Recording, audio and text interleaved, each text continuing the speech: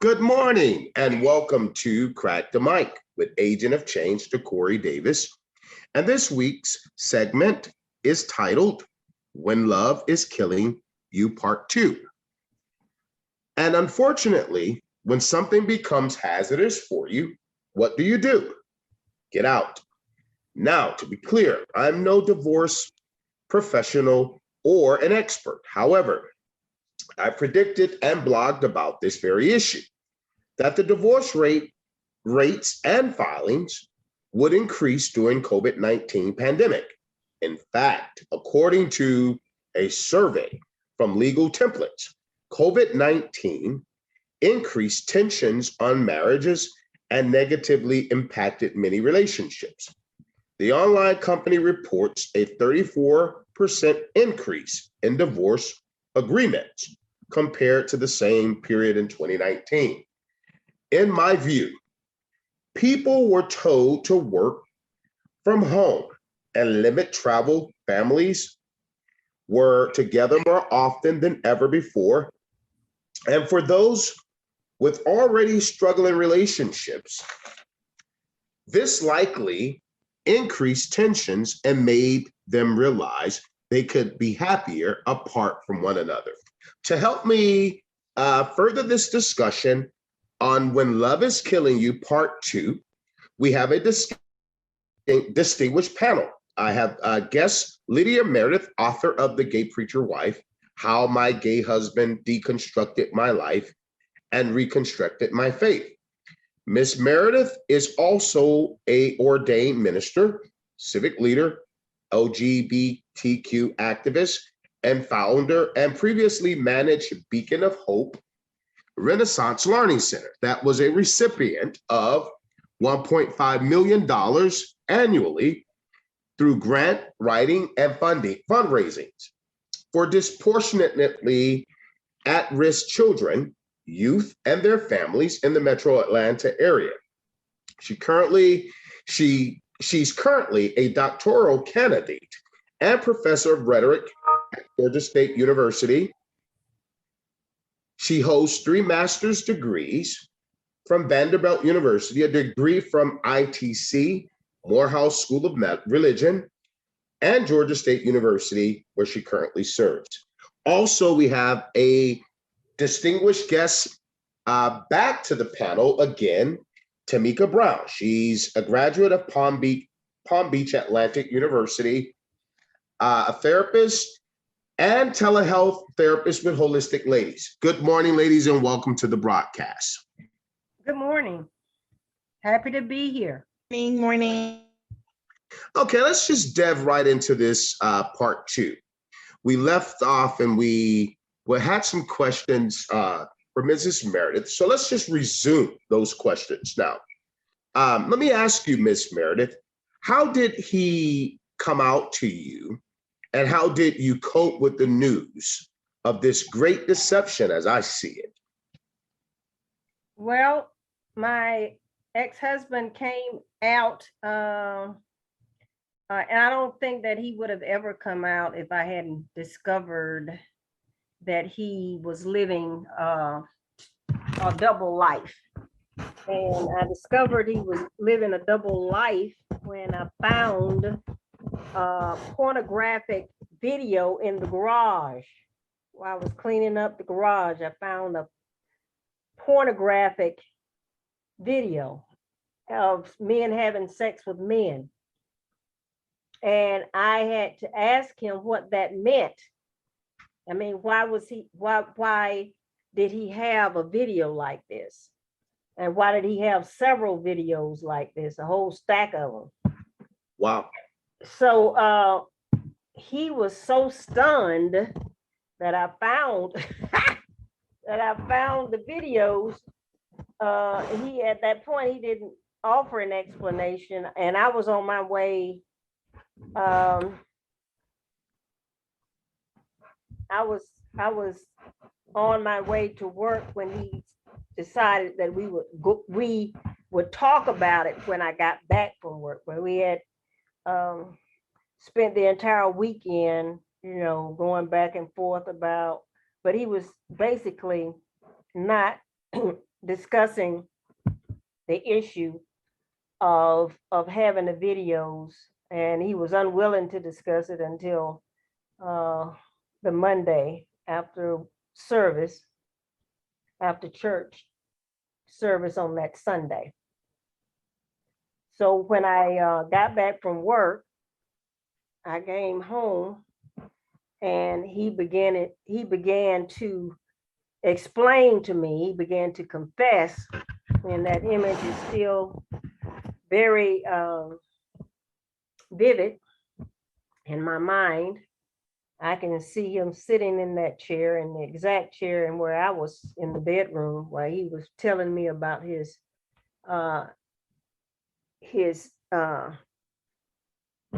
dual life, his other life, and what he did when he wasn't with his family. Wow. Okay. So it was a actual double lifestyle that he was living, or it was just something that he was fantasizing about? Because there's a difference. Explain what you may mean by it's a difference.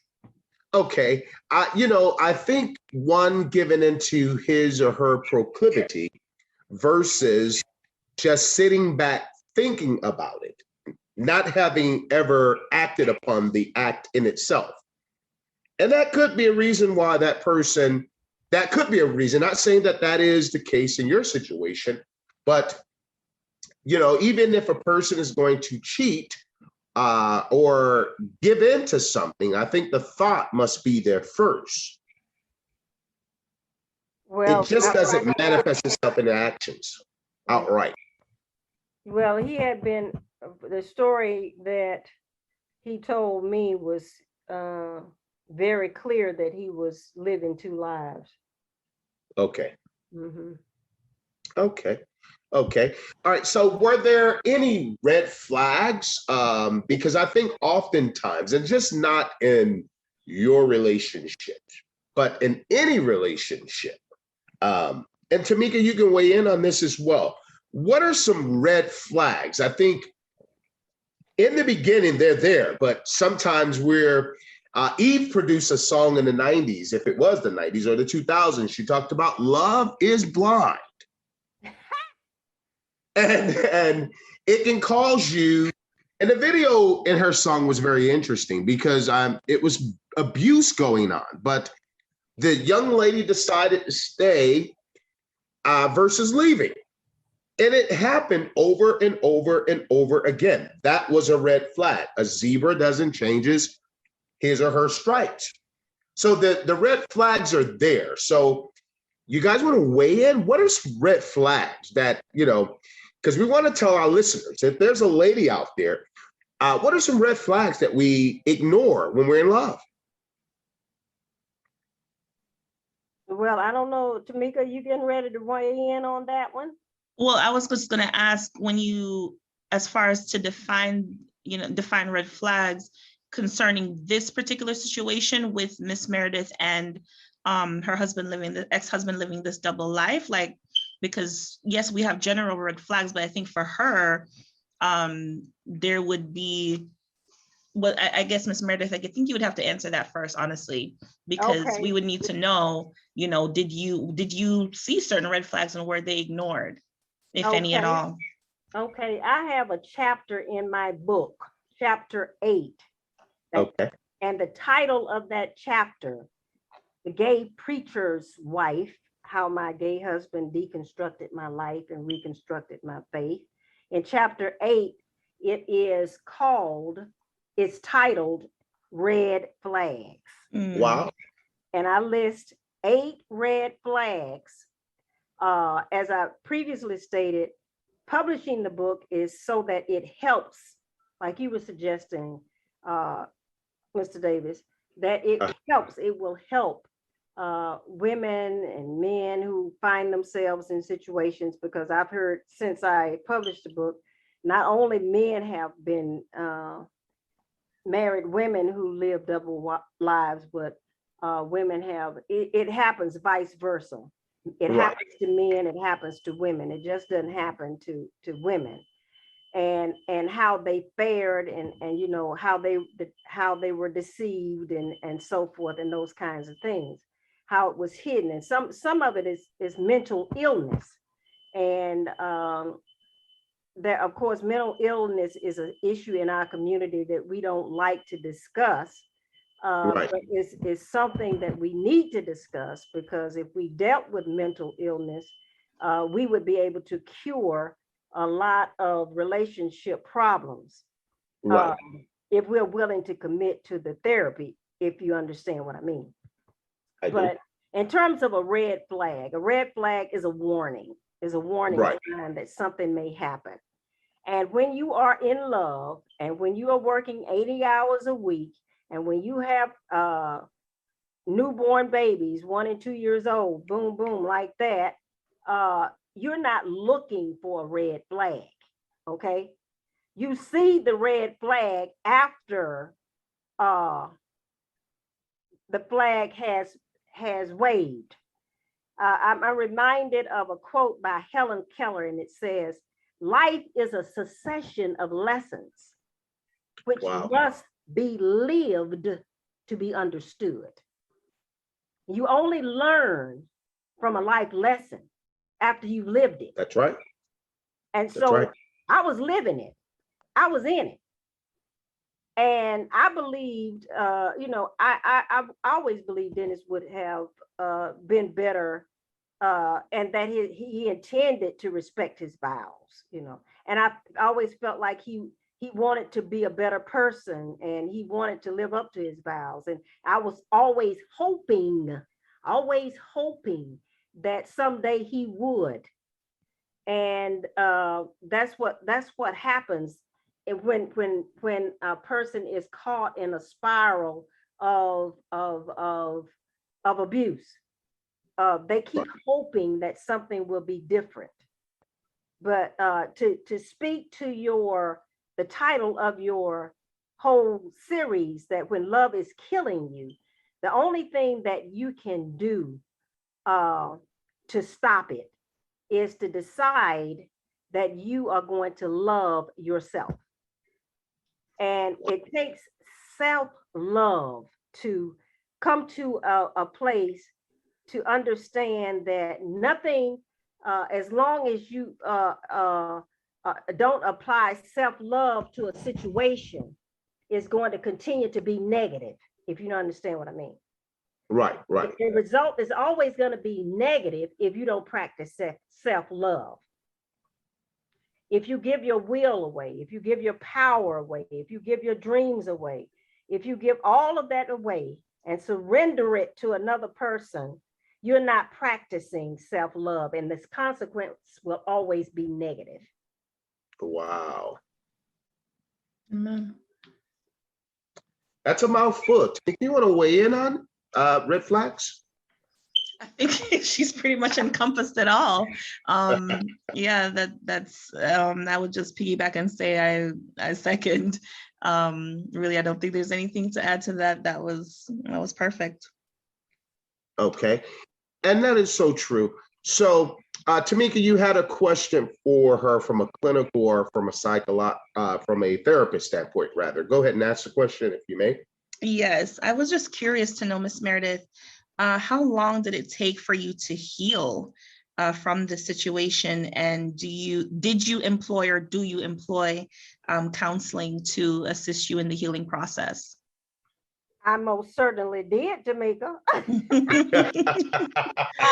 And in fact, I believe that if I had not had a therapist, and I will say her name because she's still practicing, Dr. Rosa McDaniel Ash, and she's married now, so her last name is Turner. If I had not been in therapy every week, I may not even be sane right now in my life. And it was because of me deciding that I was going to love myself and take care of myself. It was because of that I pulled myself out of a death spiral. to speak back to what your talk is about, Brother Corey, I pulled myself out of that death spiral and out of that insanity of not practicing something that would change my life. You see what I'm saying? Wow. So Wow. because I was about transformation, I wanted to live, and I wanted to be happy. I didn't want to be unhappy. So I had to do something different. I had to decide that I was not going to beat myself over the head because I kept hoping and praying that things would change, and I ignored the flags and I didn't see the flags. And so I'm so stupid because I didn't see the flag. So there's internal damage I did to myself that I had to fix because I wasn't forgiving of myself of making a mistake. You know what I'm saying? Right. I wasn't kind to myself because I had made that error, because I didn't respond sooner, or I didn't do something differently sooner. And I wasn't good to my body, and I wasn't being good to my soul, and so those are things that I know that Jesus, my Savior, my Lord, the person that I love, loves me and expects me to love myself. And I cannot possibly, and then that great commandment, Jesus said, love others as you love yourself. But I wasn't loving myself. So I couldn't be loving my spouse in a healthy way because I wasn't loving myself in a healthy way. So I think I lost my point because I'm kind of can't remember where I was in terms of the question. Oh, therapy. Yeah. The therapy helped me learn and practice self-love. That's what the therapy did. It taught me how to practice it, to identify it, to know what it looked like. Because a lot of people don't know what self-love looks like. What does loving yourself look like? Wow, that's a great question. So they're in this spiral of abuse, and they don't even know what loving themselves look like.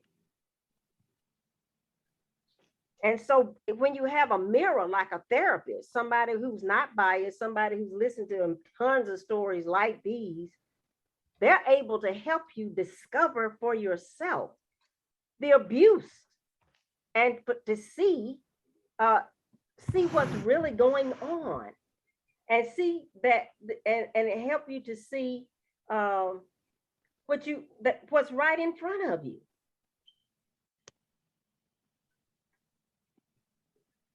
So yes, the therapy helped me, Miss Brown.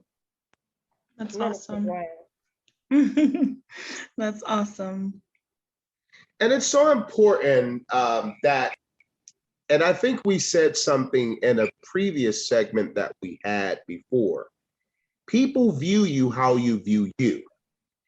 And that can be a spouse. I coined the phrase, by the way. So here's the thing. Even if you are in love with the person, and I like to go back to Tina Turner's story, or her famous song, What's Love Got to Do with It?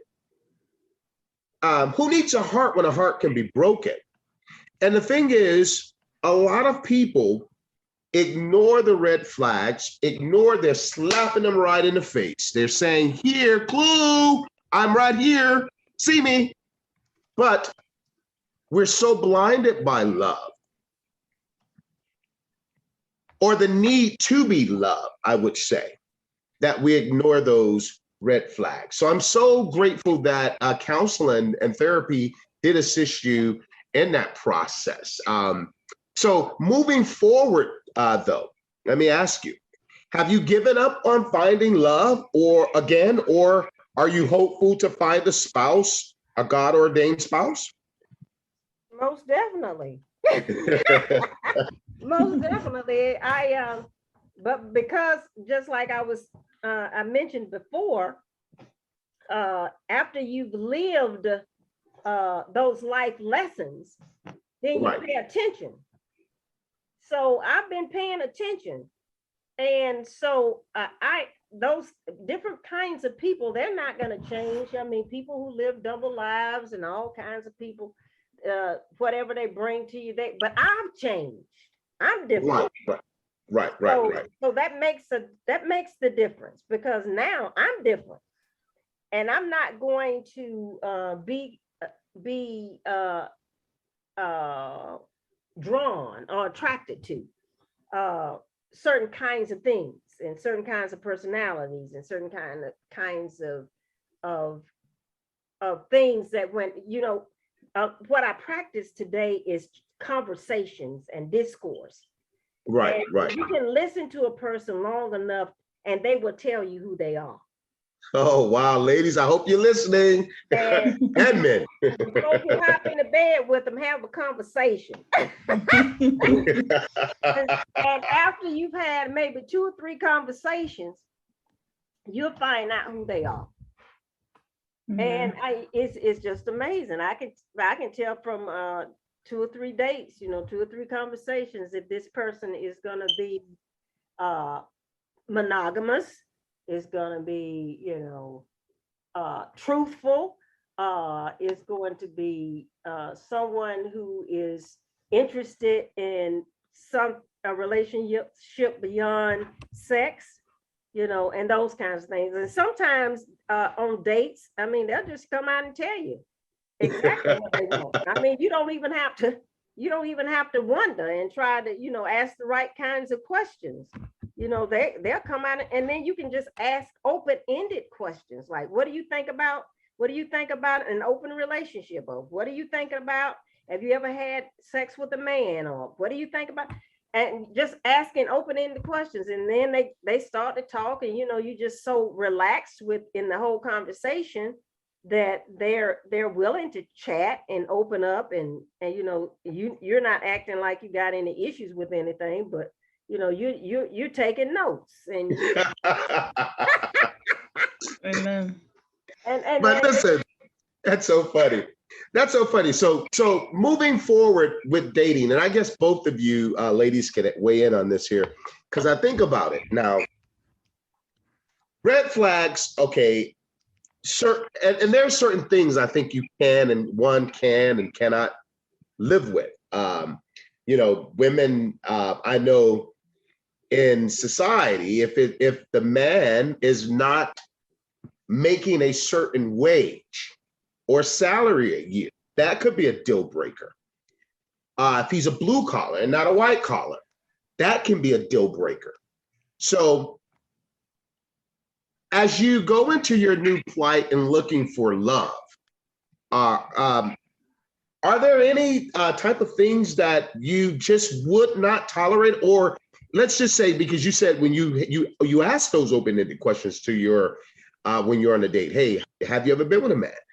And let's just say that potential person that you are dating, if he was to come and say, hey, I did, but that was not me, would you be more inclined, or do you think that'll be insanity on you just recycling this phone? And what I would say to that, Brother Davis, is that you keep talking. Okay. You keep having that discussion, because he will let you know if he's still doing it. Okay. If he's still engaged in that kind of behavior, and what is he, if he's fluid, or if he's attracted to women more than men, or if he's, that you just keep listening. And right. a lot of times when people don't know you're listening, and they don't, and especially if they're lying, they don't remember what they said. And I found that to be, it is so funny, because, I do so much talking, they don't remember half the stuff they said the first time. So, right. And so then you're dealing with the person that can't tell the truth. So you already know that's not going to work. So, but if there was a person who was sincere in terms of having a male same sex experience, and they and I don't, that hadn't happened before, you know. I don't know how, you know, you just can't, I can't even begin to say what I would or wouldn't do. You know what I mean? Because I don't know what would happen if I Right, would because do this or if I wouldn't do that. It's just in the future, and I'm gonna do like Eckhart Tolle says. I'm gonna stay right here now. I'm not gonna go into the future because the future doesn't exist and the past doesn't exist. The only thing that exists is right now. that's right. That's That's the only right. thing that's real is right now. And so Right. I don't know what's gonna happen tomorrow. I know what happened yesterday, but I don't know what's gonna happen tomorrow. I don't know what lays in the cards, but I do know that I've changed. Right. I'm no longer that naive, Macon, Georgia, naive, raised in a household where you couldn't even talk about sex, didn't know what same sex, bisex, homosex, none of that. And none of that language, Right. none of that language meant anything to me. You know, Right. I didn't know anything. You know, my parents, I didn't even know when when my cycle came on, what that meant, you know, these kinds of cultural things. I'm Right. not that person anymore. I'm not ignorant anymore. Right. Therapy did that for me. Educating myself did that for me. And now because I'm different, things may be different going forward. And that may be why I'm still single after 15 years. And I'm still single because I do hope to be, and I could have been married, I could have been in relationships, I could have done all of that. And I could be divorced 2 or 3 times. And That's right. I met, you know, I met people after one divorce, they've had 2 divorces, 3 divorces, 4 divorces. They're in relationships where they're not happy. They're married in a relationship and they're not happy. You know, I'm not going to do myself like, because I am going to practice what? Self-love. That's right. That's right. I'm going to hold on to my hopes, my dreams, and my desires. I'm not going to let anybody rob me of my hopes and dreams and desires. That I want a person who is monogamous, who loves me, who wants me to reach my highest potential, and vice versa. I would want that for him. And those kinds of things. And I just have to wait till God sends it. If I'm going to trust God and Right. that God is ordering my steps and God is guiding my life, I'm going to have to trust God to send when God is ready to send that life. That's right. That's right. That's true. That is so true. Ms. That's true. Meredith, can I ask a quick question? Because we did have an interview with your ex-husband a few weeks ago, as Corey mentioned, and based on his, you know, I guess, new doctrine that he believes, just personally, did you ever, I guess, number one, how do you feel about that doctrine? And number two, did you in and of yourself experience any spiritual conflict just with what happened to you in your relationship with God? Were you angry at God, or, you know, what was your thought process and that connection, you know, with God at that time, especially when you were experiencing all of this? Ms. Brown, that is one of the most intelligent questions that I have been asked since my book came out. Wow. First of all, before I can answer a question concerning do I agree or not agree about a doctrine, I need to know what specific doctrine you're speaking of. Got you. His doctrine of inclusion, where love is love, and, you know, whether you're homosexual or not, you'll basically be, you know, entering heaven.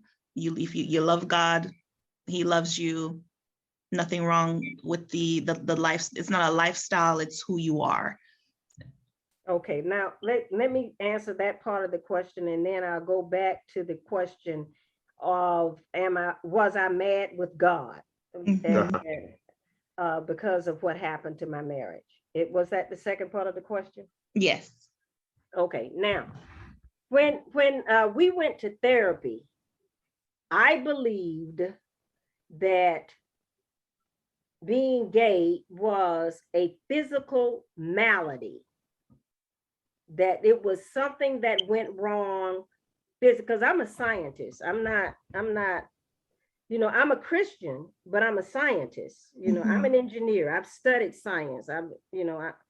That's who I am. And so I'm not a psyche kind of mystical kind of, I don't believe the Bible was written to be a science book. I believe the Bible was written so that we would have a relationship with God and understand God and and have a relationship with God. I don't believe that the Bible was written to define what is marriage, to define what is sex, to define what is not good sex or bad sex. And I don't believe the Bible was written to be a textbook on sex.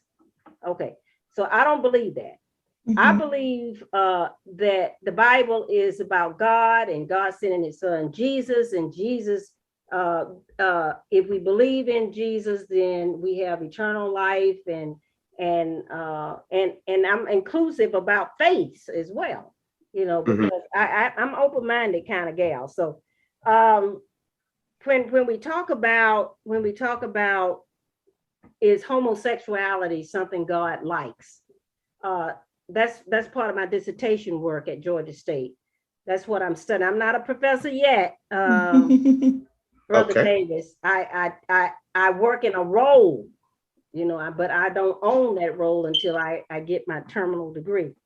But I have my dissertation topic is how the Bible has been used to oppress LGBTQ plus population, sexual minorities, and how sexual minorities have been oppressed and forced to live double lives, because if they came out, they were either murdered or they were condemned, or they were dehumanized, or their sexuality, they were told that they were crazy, or they were told that they had to figure out how not to be who they were, because if they stayed who they were going to hell. And those kinds of literal interpretations of text, and led me to go to seminary. That's why I have 3 master's degrees. So I went to seminary, and there was a discussion. I found out that I was reading every book I could pick up about this subject because I was affected by it. And so I found out that there were 2 schools of thought, that there was a debate, Minister Brown, about whether it was a sin or not a sin. There were some theological scholars, there were some ministers, there were some men of the cloth, women of the cloth that did believe that it was a sin, and there were others that believed that it was not a sin. And there's even to this day, there is a great divide in the religious community on this issue of homosexuality, LGBTQ plus inclusion, diversity, equity, and inclusion as it relates to people who have sex with the same sex. And New York Times. Miss Meredith, not sorry to interject, just letting you know we got about 5 minutes, so just be conscious of that. I'm bringing in, okay. I apologize. No worries, no worries. Okay, so New York Times did a article on a debate on this issue. The foremost and most acclaimed person who believes that it is a sin, his name is Elder Robert Gagnon, Gagnon. He's got a book out about how being gay will take you to hell and all that kind of thing. And then they had a person, Dr. Matthew Vines, and he wrote a book about inclusion and how these texts that are used to condemn same-sex people are not taken literally, and they don't mean what you think they mean. And they had this great debate on these 7 texts, and I would encourage you to go look at that debate. It's published by the New York Times. So if there's a side of the debate for me to decide which one I'm going to be on, it's going to be on the side of inclusion. Now, saying that, the second part of this question was I mad with God? Yes, I was very mad with God. I was very angry with God. I was angry with God not because my husband was gay, bisexual. I was angry with God because I had prayed for a husband like my father. And I didn't think, and God didn't, and I thought God gave me my husband. And my husband was nothing like my father. Wow. Wow. So I was very angry with God. But then, as Helen Keller said, you live these lessons and you look back and then you understand why. It's like a woman whose kid got run over by a drunk driver. Now I'm on a mission to take care of children who are excommunicated from their homes at 13, at 12, at 10, at 11 years old. They're emotionally and physically ejected from their homes because of their sexuality. And now they're on the street homeless. Yeah. In Atlanta Metro, there are 1,200 homeless same-sex kids. Wow. Wow. So, Sister Meredith, thank you for sharing. We're going to conclude here because I want them to tell you how they can have access to your great book. So how can we get the Gay Preacher's Wife, How My Gay Husband Deconstructed My Life and My Reconstructed My Faith? How can our viewers get access to that text? Okay, you can Google The Gay Preacher's Wife. The Gay Preacher's Wife. You can go to Amazon.com and purchase the book. You can go to LydiaMMeredith.com and purchase the book. You can, if you type in The Gay Preacher's Wife, LydiaMeredith.com, I pop up all over the place. Indeed, she does. And you click that link and it will take you to a place where you can purchase my book. There's an audio version of the book. A lot of people like the audio kinds of things and they don't like the written text. There's an audio version, and I encourage you to read it and to be inspired by it, because I've been healed by the content that's written there. And I do appreciate you, Brother Corey and Minister Brown, for giving me this opportunity to share my thoughts. Okay. And the final word, we'll leave it here. This is Crack the Mic. And we do appreciate you for lending your time with us, Mrs. Maris. Thank you too, Tamika Brown. And we'll close on this note. Life is like a box of chocolates. Once you get the taste, then you know what to expect next. Thank you guys for being on the broadcast. And thank you listeners for tuning in each week with Crack the Mic. Peace.